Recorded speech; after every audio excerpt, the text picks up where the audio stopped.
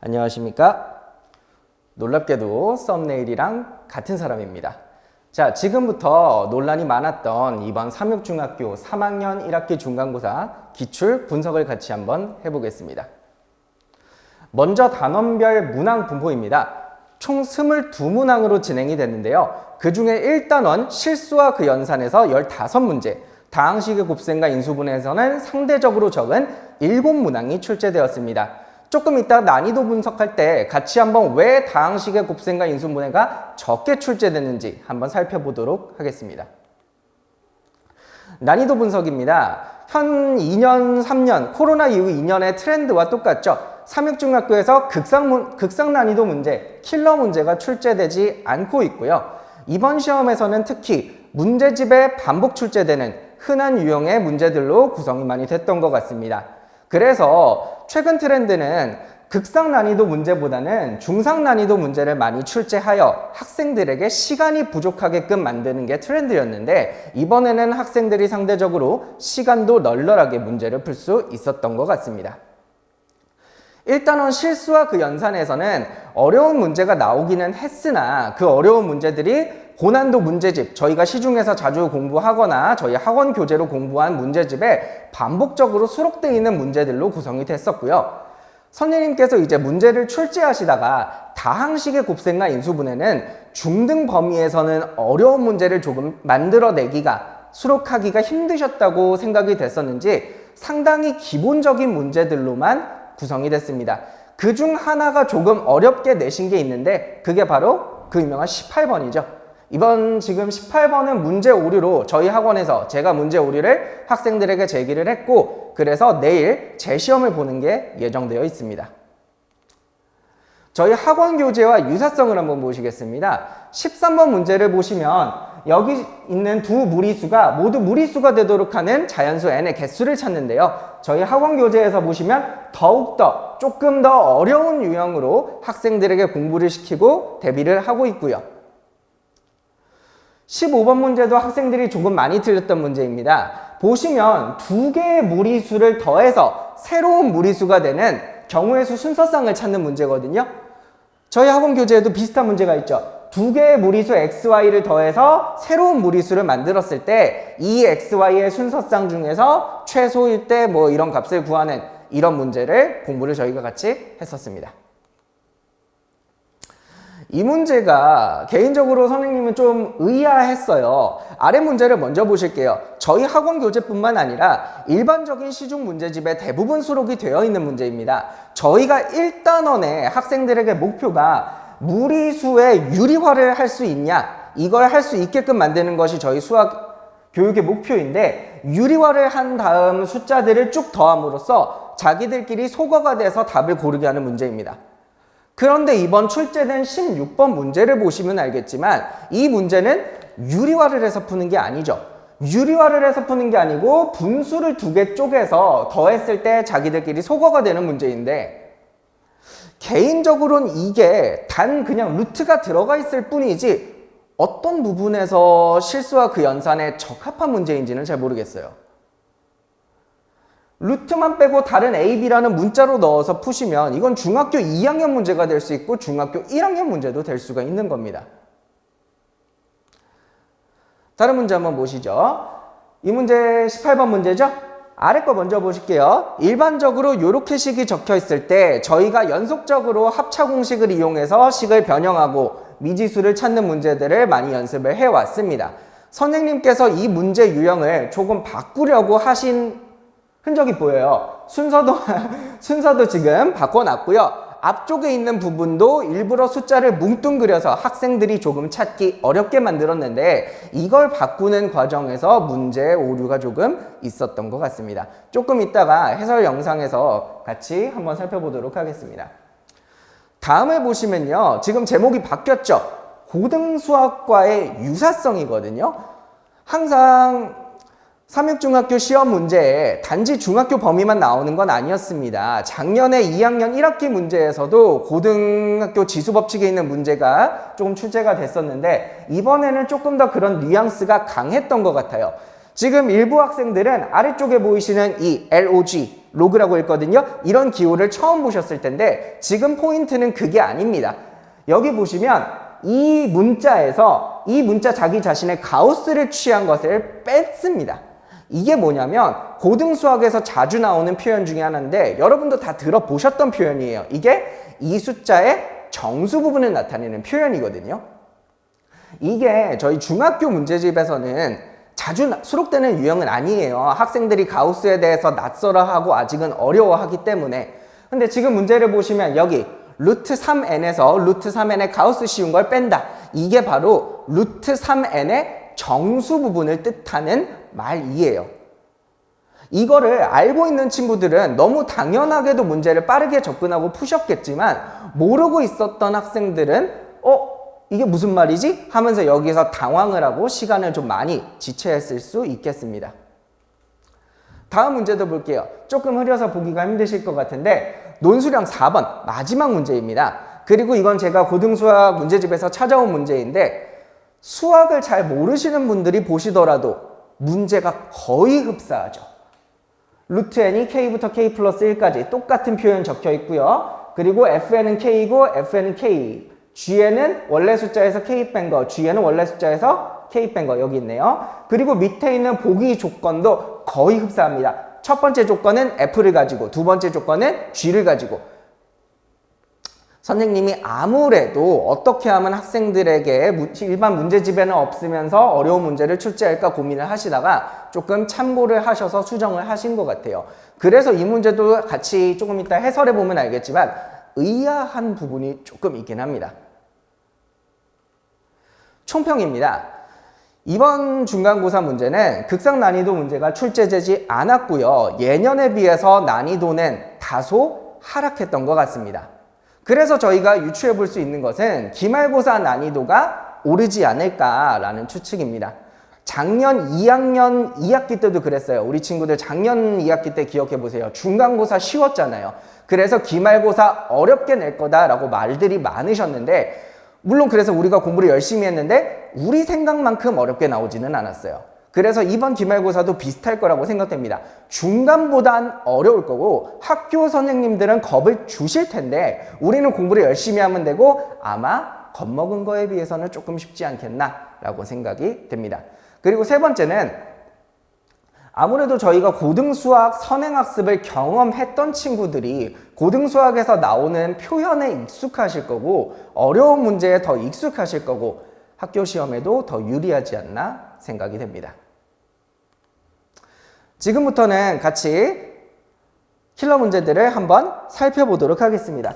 15번 문제를 보시면요. 많은 학생들이 15번 문제를 생각보다 당황하셨더라고요. 제가 저희 학생의 이제 풀이를 봤는데 숫자를 두 개 더해서 숫자가 바뀌어야 된다고 X랑 Y랑 Z 같은 게 제곱수가 들어가지 않을까 이런 착각들을 하신 학생들이 많을 텐데 여러분 X랑 Z에는 어떤 숫자를 넣더라도 이 Y 루트 3이라고 하는 친구가 반드시 무리수죠. 그래서 결국에 얘는 무리수가 돼야 하고 얘도 같이 장단을 맞춰주는 무리수여야 된다는 겁니다. 즉 여러분 X에는 아무 숫자나 넣으실 수는 없는 거예요. 루트 5를 넣으셔서 루트 5랑 루트 3이 더해지지가 않잖아요. 그럼 요 X는 어떤 계열이어야 된다? 루트 3으로 변형되는 계열이어야 된다. 그래서 저희가 X에 넣어볼 수 있는 숫자가 3 같은 것도 넣어보실 수가 있고요. 아니면 X에 12 같은 거를 넣어보셔도 저희는 12가 2루트 3으로 바뀐다는 사실을 알 수가 있죠. 먼저 요거부터 보겠습니다. X에 3을 넣으시면 왼쪽에 2루트 3이죠. 그럼 여기가 루트 3이랑 더해서 3루트 3 이런 식으로 되면 되는 거잖아요. 그래서 Y에는 1을 넣으시면 요 숫자는 3루트 3을 나타내야 되고 G는 뭐가 되셔야 됩니까? 27을 넣으면 되겠다라는 생각이 듭니다. 같은 원리로 이렇게 계속 하시면 돼요. X가 3일 때 Y에다가는 2를 넣으면 이거 결국에 몇 루트 3이죠? 4루트 3 된다는 거 아실 수가 있죠? 그럼 G는 몇이죠? G는 48이 되겠고요. X가 3일 때 Y가 이제 3이라고 해봅시다. 그러면 루트 G가 몇이 돼야 되죠? 5루트 3이 돼야 됩니다. 그럼 G는 몇이에요? G는 75 이렇게 된다는 걸 아실 수가 있고 같은 원리로 X가 3일 때 Y가 4일 수도 있거든요. 다만 그러면 이 G라는 애가 범위를 벗어나요. 100 이하의 자연수가 아니게 되니까 여기까지 멈추는 겁니다. 그럼 이제 x를 바꿔봅시다. x가 12를 집어넣으시면 왼쪽에 있는 숫자가 몇 됩니까? 4루트 3이죠? 그럼 오른쪽에 있는 숫자를 루트 3으로 만들기 위해 y에 1을 넣고 g에는 75를 넣으면 된다. 이 이후에는 이 범위를 만족하는 순서쌍이 존재하지 않기 때문에 순서쌍을 몇 개? 4개 고르고 넘어가시면 될 것 같습니다.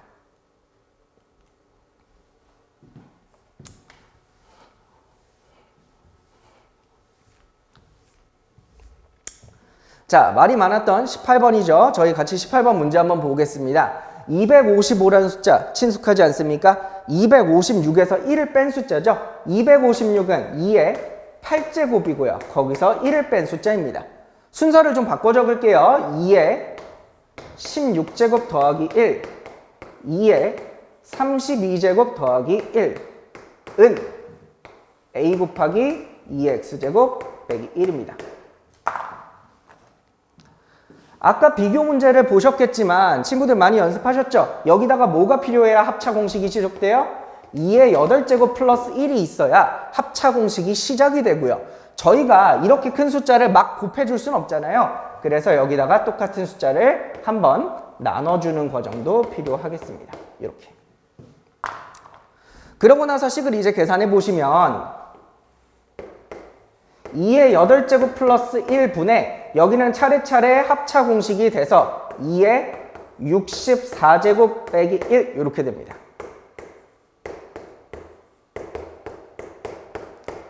그래서 선생님의 출제 의도는 x가 똑같은 64고 나머지 a가 얘지 않겠냐 이렇게 문제를 풀라고 내신 것 같아요. 근데 여기서 이제 이 문제의 맹점이 나오죠.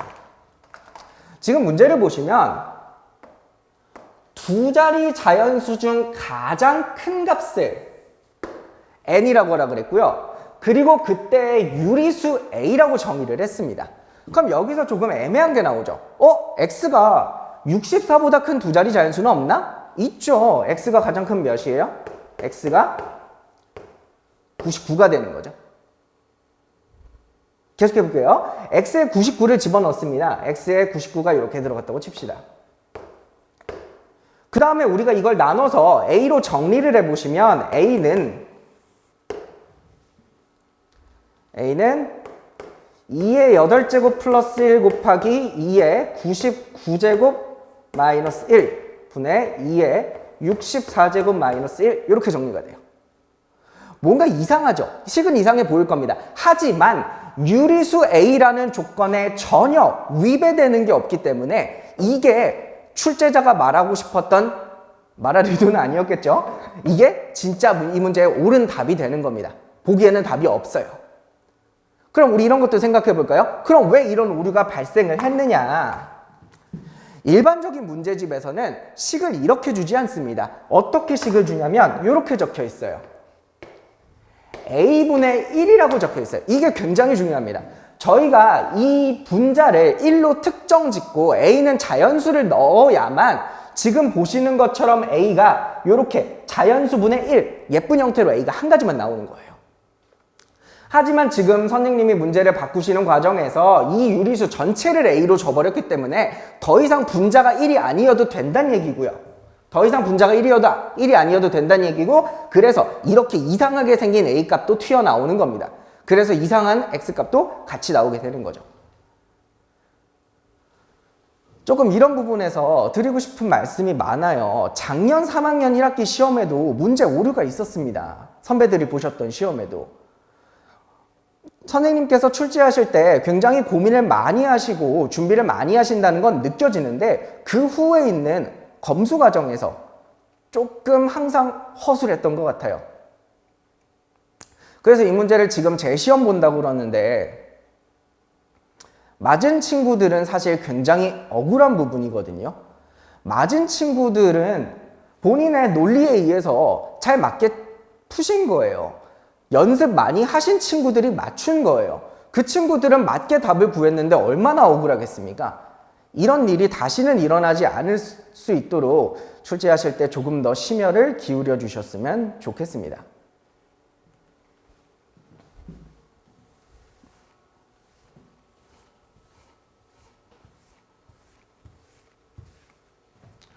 마지막 문제 보시겠습니다. 마지막 문제도 마찬가지죠.